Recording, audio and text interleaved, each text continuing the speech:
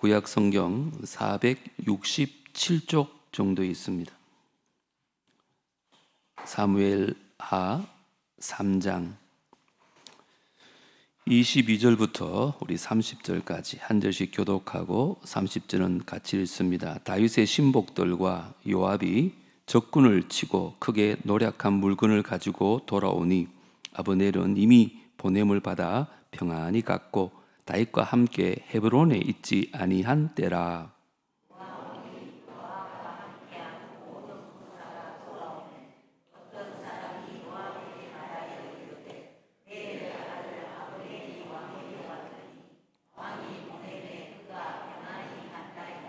요압이 왕에게 나아가 이르되 어찌 하십니까? 아브넬이 왕에게 나왔거늘 어찌하여 그를 보내 잘 가게 하셨나이까?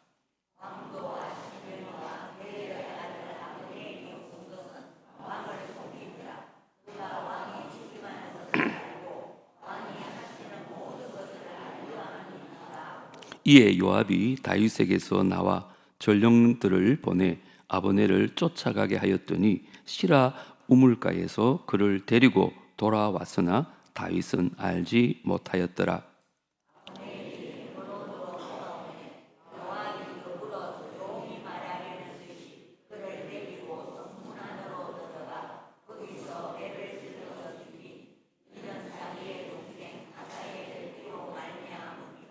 그 후에 다윗이 듣고 이르되 넬의 아들 아브넬의 피에 대하여 나와 내 나라는 여호와 앞에 영원히 무죄하니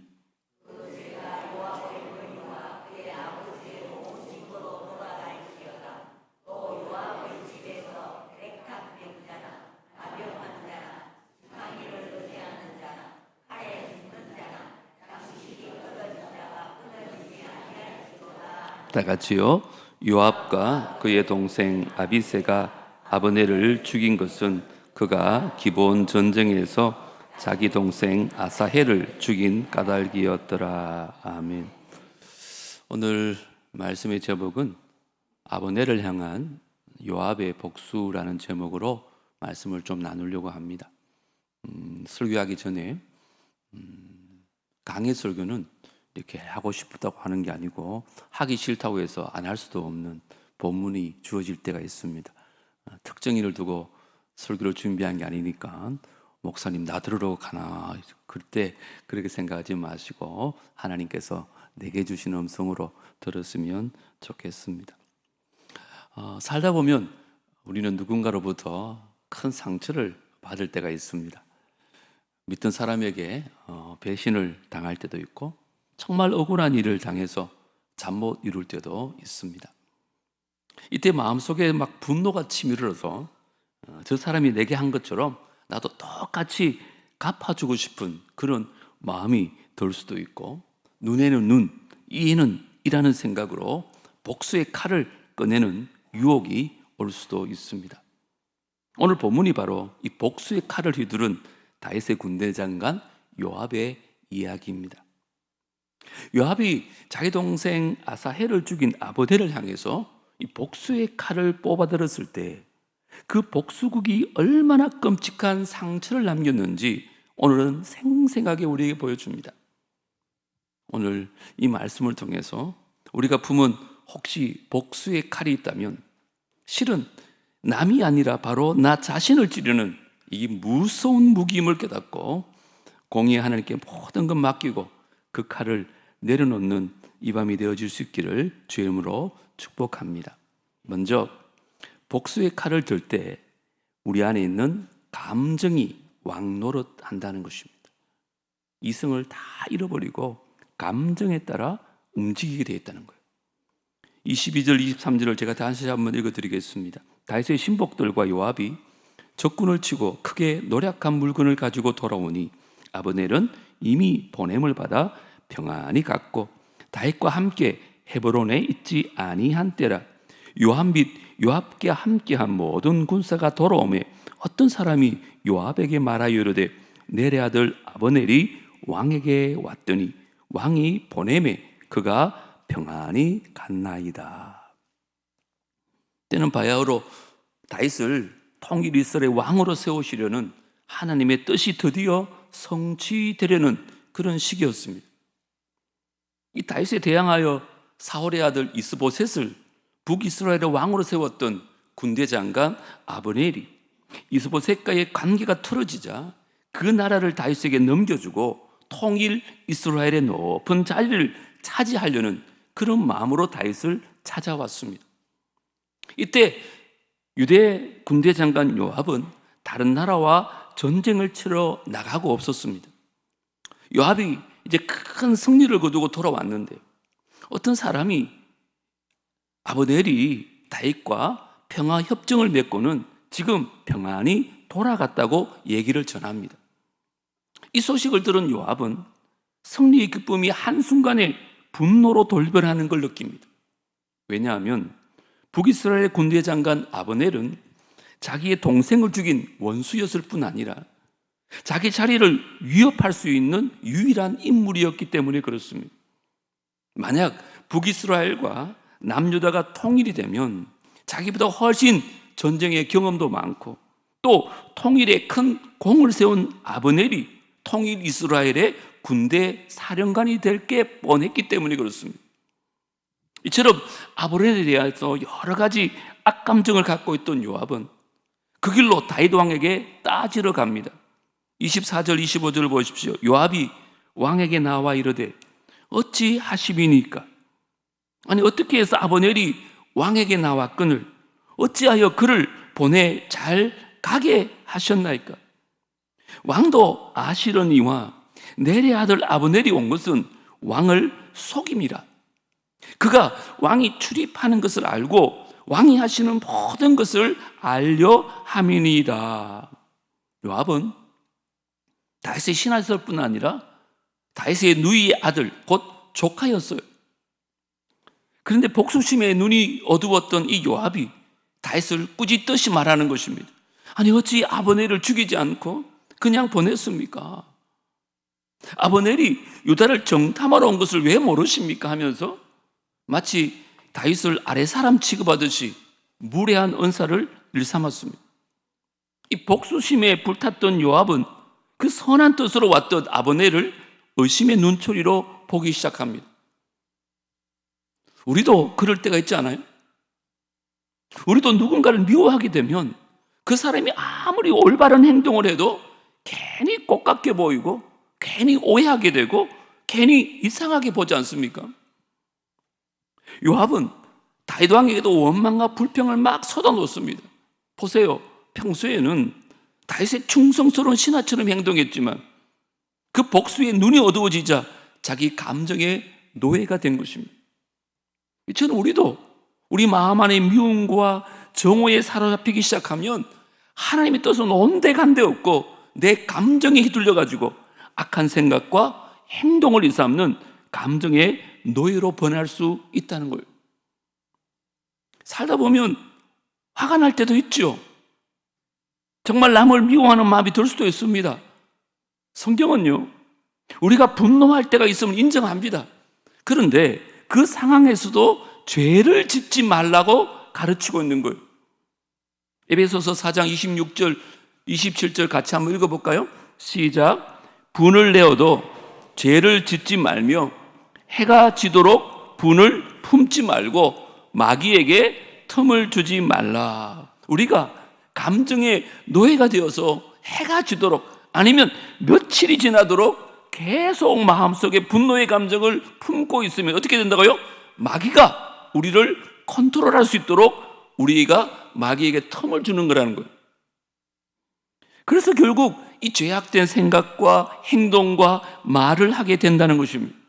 혹시 저와 여러분 가운데 미움과 정오의 노예가 되어서 마음속으로 죄를 짓고 있는 분 계십니까?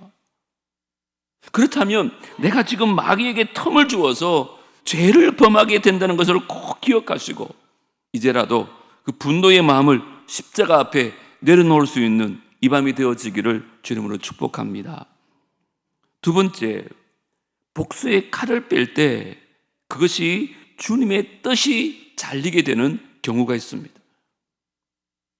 26절을 보십시오. 이에 요압이 다윗에게서 나와 전령들을 보내 아브넬을 쫓아가게 하였더니 시라 우물가에서 그를 데리고 돌아왔으나 다윗은 알았어요, 몰랐어요? 알지 못하였더라. 다윗 왕에게 온갖 불평을 퍼붓고 나온 요압이 부하들을 보내가지고 아브넬을 추적하게 합니다. 그런데 헤브론에서 한 2.5km 떨어진 시라 우물가에서 아브넬을 발견합니다. 멀리 못 간 거죠. 그래서 요압의 부하들이 그를 데려옵니다. 아마 거짓 속임수를 했겠죠. 다윗 왕이 당신에게 못다한 말이 있답니다. 빨리 돌아오시랍니다. 그래서 요압은 다윗 몰래 아브넬을 불러옵니다. 이처럼 복수는요, 항상 어둠 속에서 남모르게 계획되고 이루어지는 것. 이게 마귀의 계략입니다. 자, 27절 같이 읽어보겠습니다. 시작. 아브넬이 헤브론으로 돌아오매 요압이 더불어 조용히 말하려는 듯이 그를 데리고 성문 안으로 들어가 그 속에서 배를 찔러 죽이니 이는 자기의 동생 아헬이 피로 말미암음이더라. 아멘. 요압이 아브넬에게 복수하는 장면을 잘 보십시오. 마귀의 수하에 있다 보니까 요압이 얼마나 큰 죄악을 저질렀는지 모릅니다. 먼저는 요압이 아브넬을 죽인 장소가 어디입니까? 헤브론 성의 성문 안이라고 그럽니다. 여러분, 헤브론은 하나님께서 이스라엘에게 주신 6개의 도피성 중에 하나입니다. 율법은요, 사람을 죽인 사람이라 할지라도 일단 도피성에 들어가면 그 사람의 죄악이 재판을 통해서 판결되기 전까지는 아무도 그에게 손을 대지 못하도록 명령하고 있습니다. 게다가 헤브론이라는 이름의 뜻은 친구로 삼다는 뜻입니다. 잘 보세요. 피해 보복이 금지된 이곳, 누구든지 서로 친구가 되어야 될 이곳에서 요압은 사적 원한을 갚기 위해서 살인을 저지른 것입니다. 무슨 말일까요? 감정의 노예가 된 요압은 율법도 다윗도 하나님도 다 안중에 없더라는 것입니다. 이게 무서운 겁니다. 그가 지금 아브넬을 살해한 방법도 보세요. 정정당당하게 그에게 결투를 요청했다든지 아니면 내가 법의 이름으로 당신을 처단한다 그렇게 말한 것도 아닙니다. 오늘 본문을 보시면 조용히 비밀 이야기를 하는 것처럼 접근해가지고 갑자기 그의 배를 찔러 죽입니다. 아무 말도 없이. 여러분, 한나라의 군대 장관이 이렇게 비열한 방법으로 남을 죽였다는 것이 얼마나 수치스럽습니까? 특히 여기 배를 찔렀다는 표현은요, 아브넬이 요압의 동생 아사헬의 배를 찔렀다고 할 때 똑같은 단어를 사용하고 있습니다.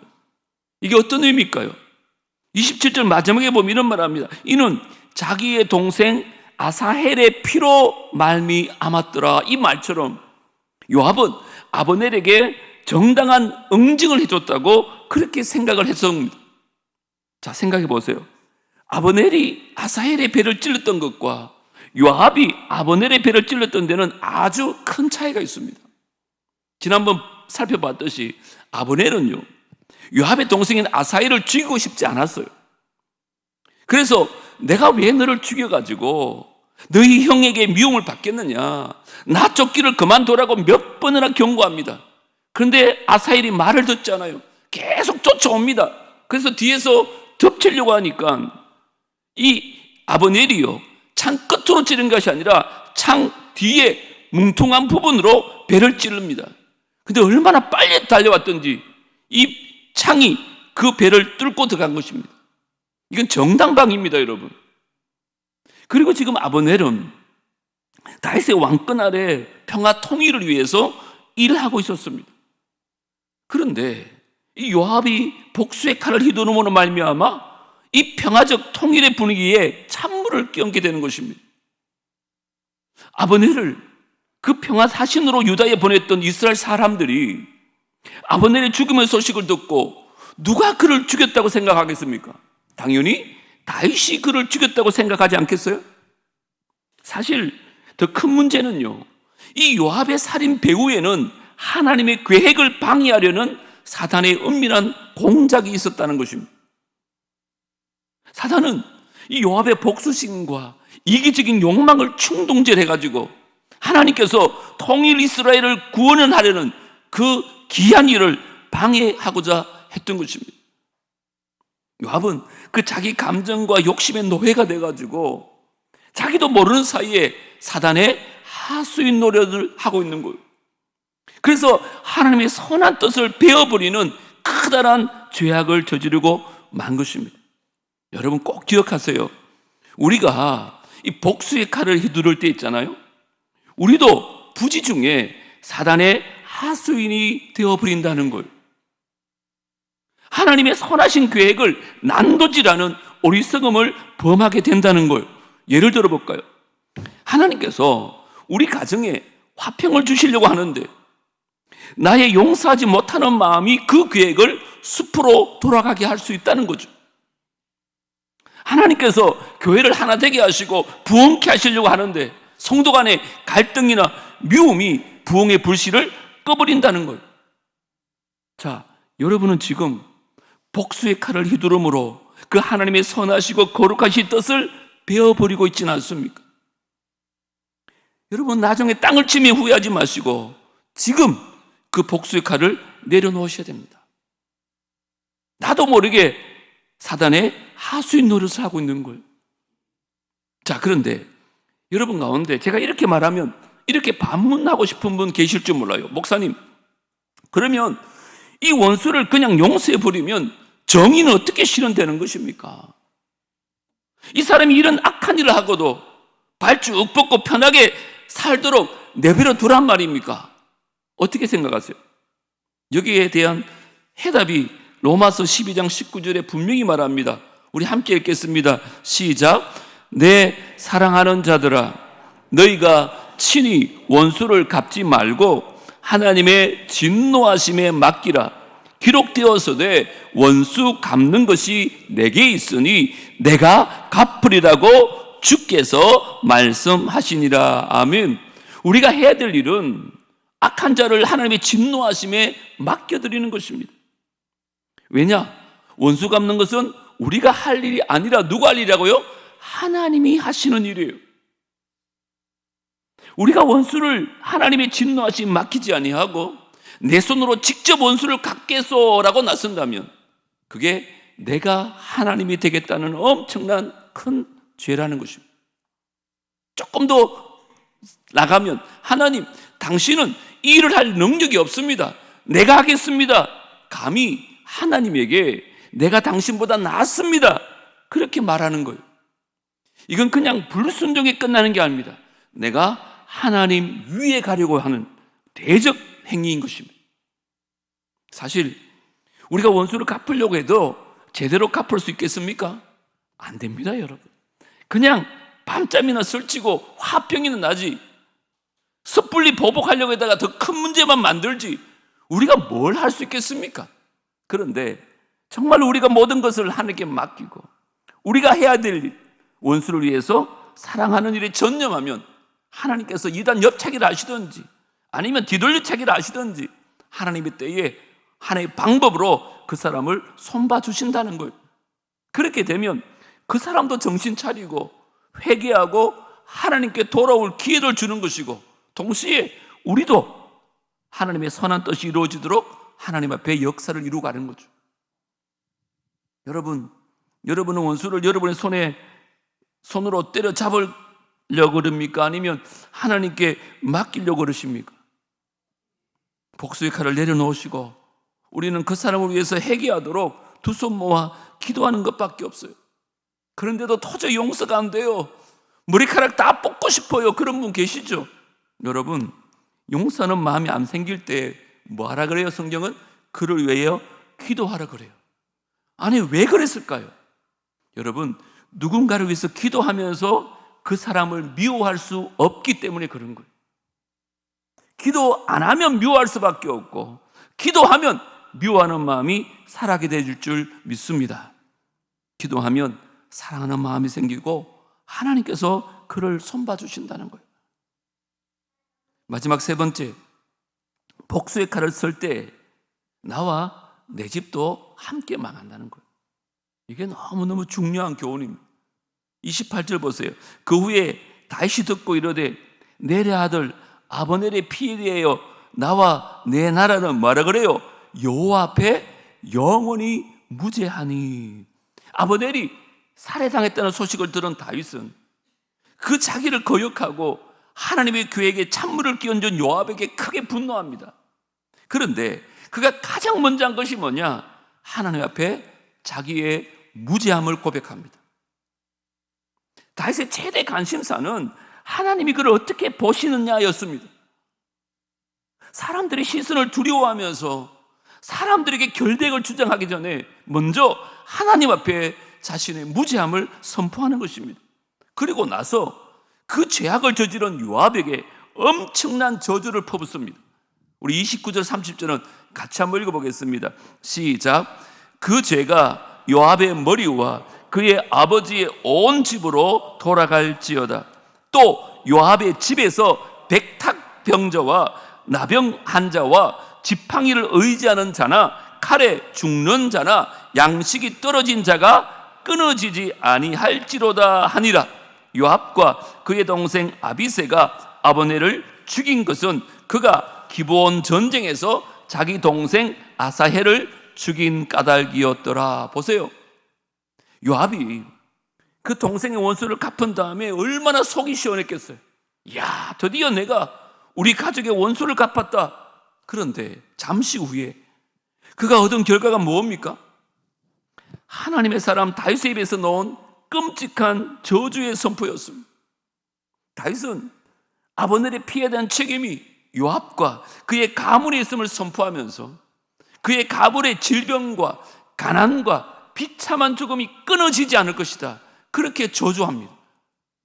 다윗이 이런 사람이 아닙니다. 여기 백탁병이라는 것은 상처에서 피와 고름이 끊임없이 나오는 병을 말합니다.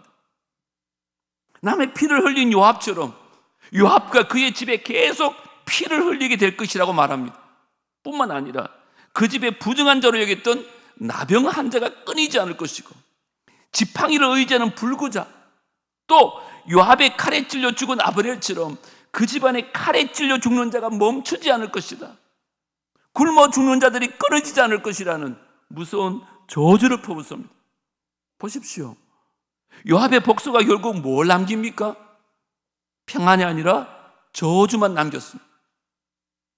문제 해결이 아니라 더 큰 문제를 남깁니다. 통쾌함이 아니라 그의 가문 전체에 지울 수 없는 상처와 고통의 멍에를 씌워버린 것입니다. 여러분 꼭 기억하십시오. 우리가 복수의 칼을 원수를 향해 휘두르는 것 같지만 그 칼날의 끝은 결국 나와 내가 사랑하는 자들의 심장을 찌르고 말 것이라는 것입니다. 그 미움과 복수심은 내 영혼을 갉아먹는 독과 같습니다. 생각해 보세요. 내가 독을 마시고 남이 죽기를 바라는 사람처럼 어리석은 사람은 어디 있습니까? 남을 미워하는 복수심을 품고 그 독을 마시면서 저 사람이 이제는 망할 거야, 그렇게 기대하는 것은 얼마나 어리석은 일인지 모릅니다. 그 사람이 망하기 전에 내가 먼저 죽고요, 복수의 칼은 결국 나를 향하게 되어 있습니다.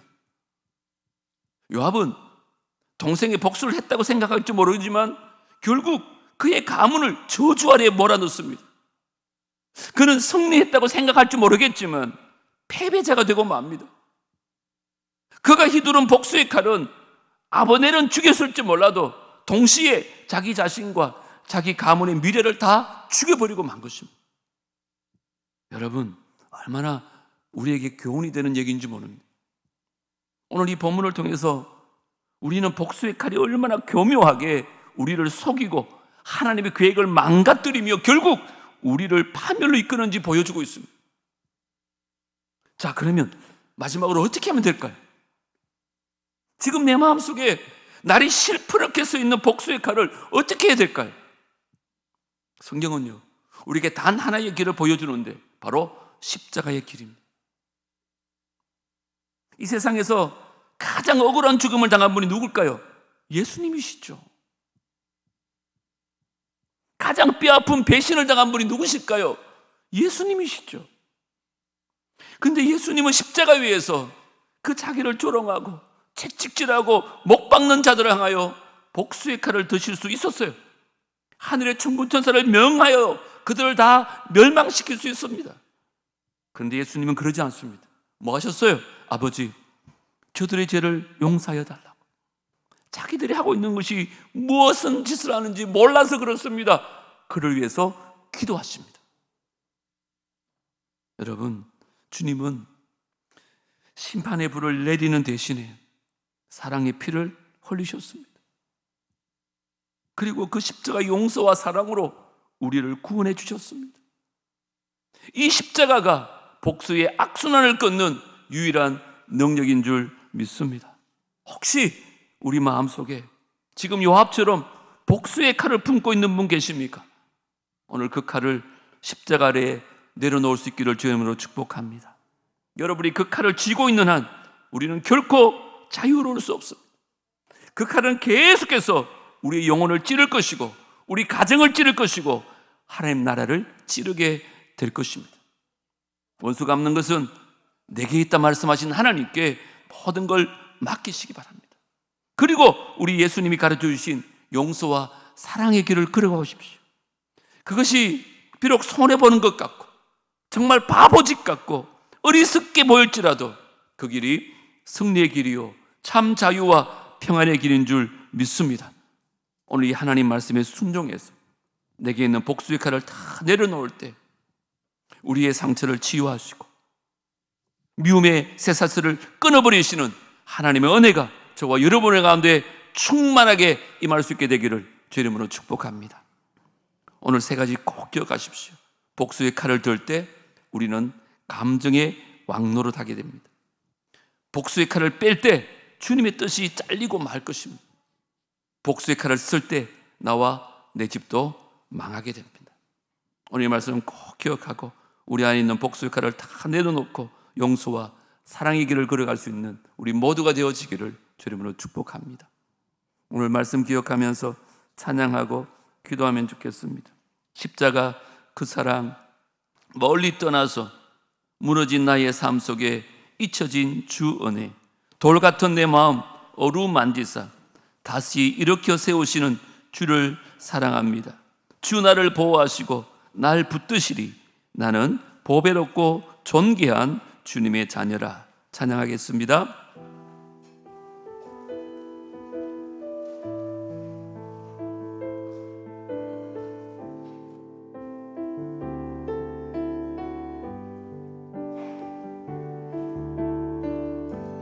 십자가 그 사랑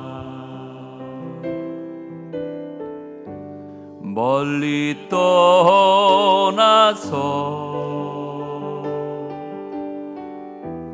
무너진 나의 삶 속에 잊혀진 주네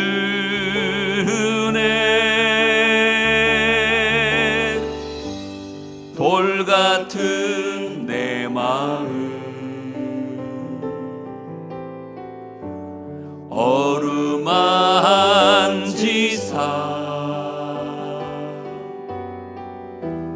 다시 일으켜 세우신 주를 사랑합니다. 주 나를 보호하시고 날 붙드시리 나는 보배롭고 존귀한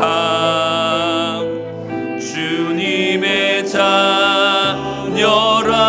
주 너를 보호하시고 주 너를 보호하시고 널 붙드시리 너는 보배롭고 존귀한 주의 자녀라. 지난 지나간 일들을 기억하지 않고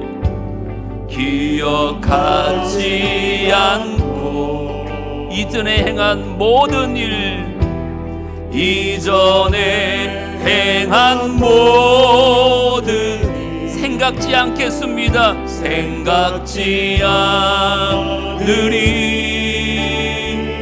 사막의 강물과 길을 내시는 주님, 길을 내시는 주, 내 안에 새 일을 행하실, 내 안에 새 일 행하실 주만 바라봅니다. 주 나를 보호하시고 나 붙드시니 나는 외롭고 존귀한 주님의 자녀라. 주 너를 보호하시고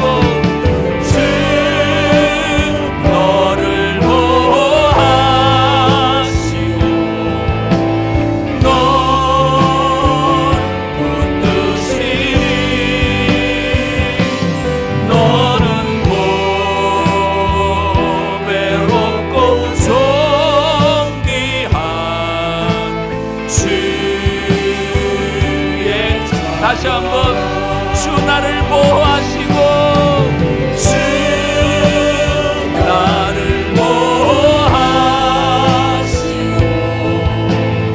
날 붙드시니 나는 외롭고 존귀한 주님의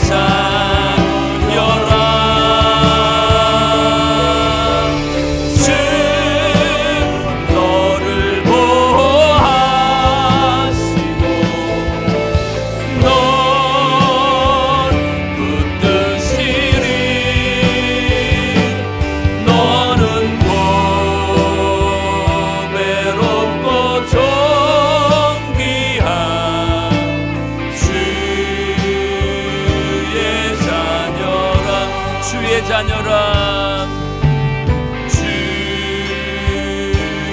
자녀라, 주의 자녀라, 주의 자녀라. 우리 이 시간에 말씀 붙들고 한번 기도하겠습니다. 복수는 결국 자기를 찌르고 말 것입니다. 이성을 다 잃어버리게 하고 감정의 노예가 되어서 마귀의 수하에 놀아나고 말 것입니다. 결국은 주님의 뜻을 다 이루지 못하게 만들고 맙니다. 결국 나와 내 집이 다 그 복수 때문에 망하고 맙니다. 하나님, 이제 이것들을 내려놓기를 바랍니다. 십자가의 주님을 생각하며 이제 사랑하며 용서하고 주님 기도하며 원수를 사랑하며 살게 해달라고, 나에게 다시는 이런 일이 생기지 아니하도록 내 안에 있는 미움의 마음, 복수의 칼을 내려놓게 해달라고 우리 주님 한번 부르고 통성으로 한번 기도하겠습니다. 주여